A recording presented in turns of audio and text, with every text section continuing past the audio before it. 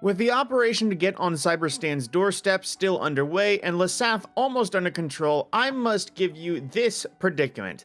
We have a major order that is desperately requiring effort to be put forward to it, but we also got a new war bond within a week of the last one, and plenty of people are regularly spending their credits. They buy something in the store when they notice or something they like, or otherwise they just bought the last war bond and usually have 1,000 in time for the next one a few months later. But the problem is, this one happened just a week after. So, let's say you need to progress on the major order, but you also need your super credits more than average because you want to play with the new warbond and some fresh new toys. Well, here's a way you can progress without being undemocratic and farming in the usual way that results in you quitting out of your game. So like I mentioned, we have the planets to take for the major order, at least 3 in perspective, taking Lasath, Chort Bay, Aurora Bay, or Merak in the end of the day.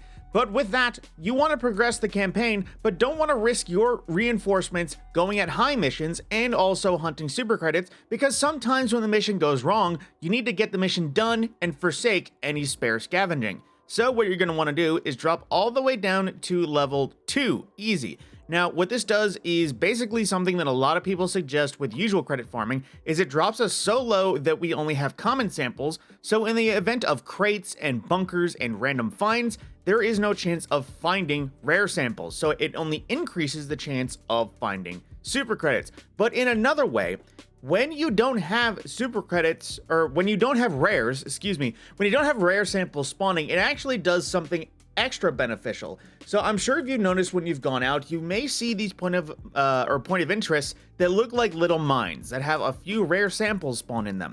Well, these can actually be just straight up cargo crates that have 2 spawns inside of them. With that, when you eliminate the rare samples, these mine objectives or things that are only going to be rare samples, those do not spawn and will instead start spawning crates more on the regular, so you can actually generate more super credits with crates spawning more regularly. But let me show you the process.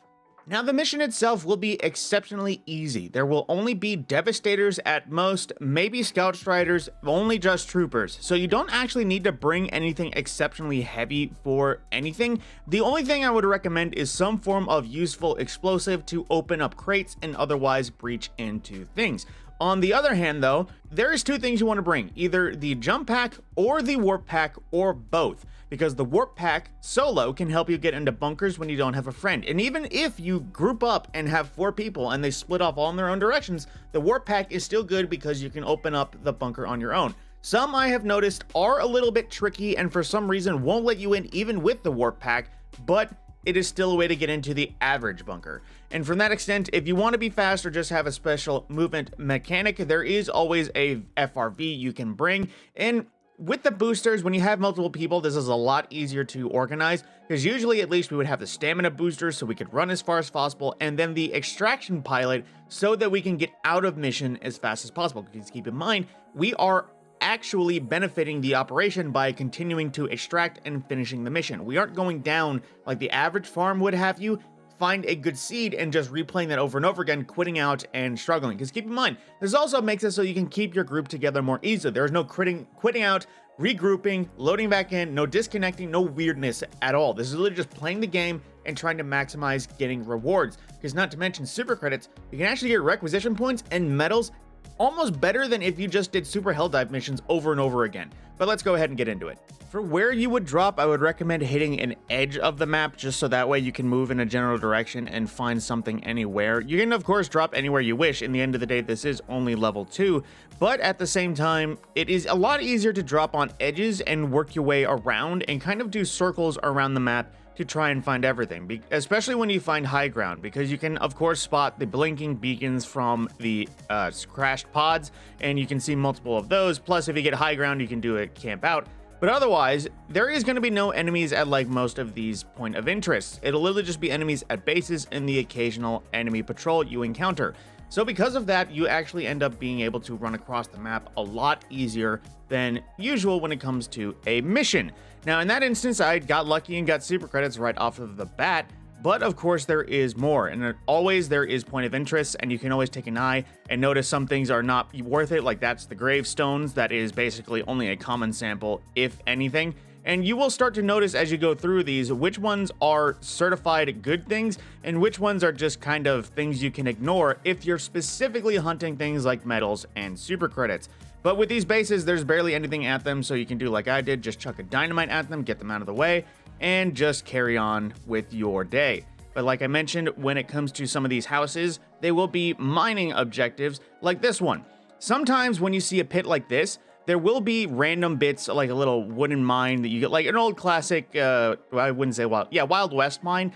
But in the end, this could have been not a crate. This could have instead been a rare sample drop, but because we don't have rare samples happening, there is a crate here to open.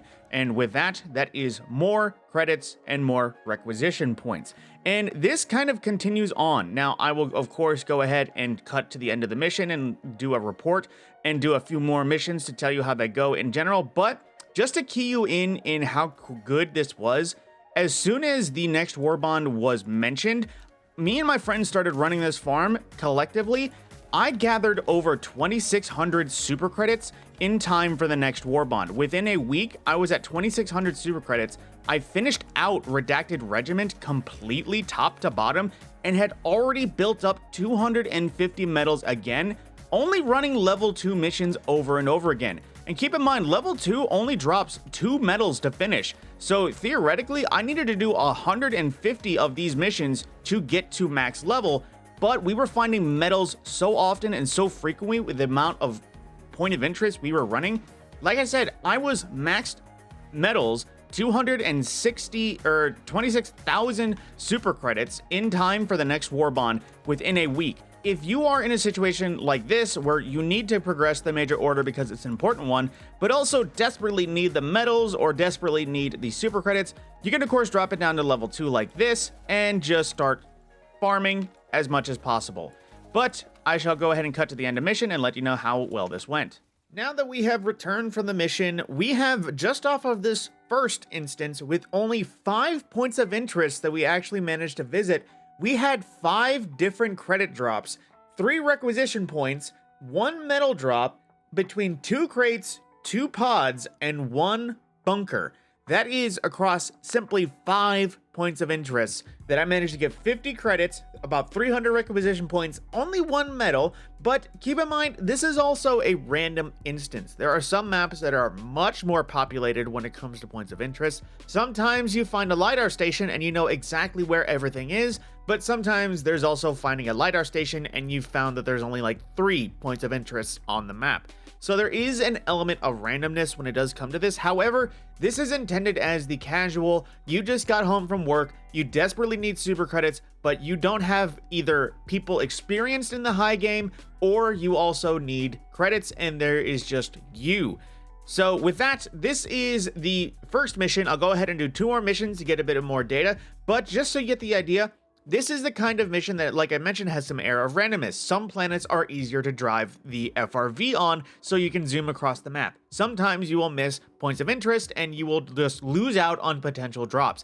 This is intended as the, I need super credits and I need medals, but I don't have the time or the effort to fight multiple long missions or do entire operations hoping I can find super credits. This is for the person that needs super credits and wants medals so badly for the next war bond that they can be ready by the time they actually have somebody to back them up, that they can unlock the war bond, get a few of the new toys to play with, and maybe just step up their game with the new bit of gear. That being said, let me go ahead and run these next 2 missions and let you know the progress. So just to recap all of the missions, the first one was 5 credits, 3 requisition drops, and 1 medal drop, all together across 5 POIs, that being 2 crates, 2 pods, and 1 bunker. Now, I would have also noted the extraction time, but I kind of forgot to, but roughly, I get out of every one of these missions with at least 20 to 25 minutes left on the clock, which means I'm only taking 20 to 25, half an hour, at most half an hour actually doing any of these missions, that is with extra time taken.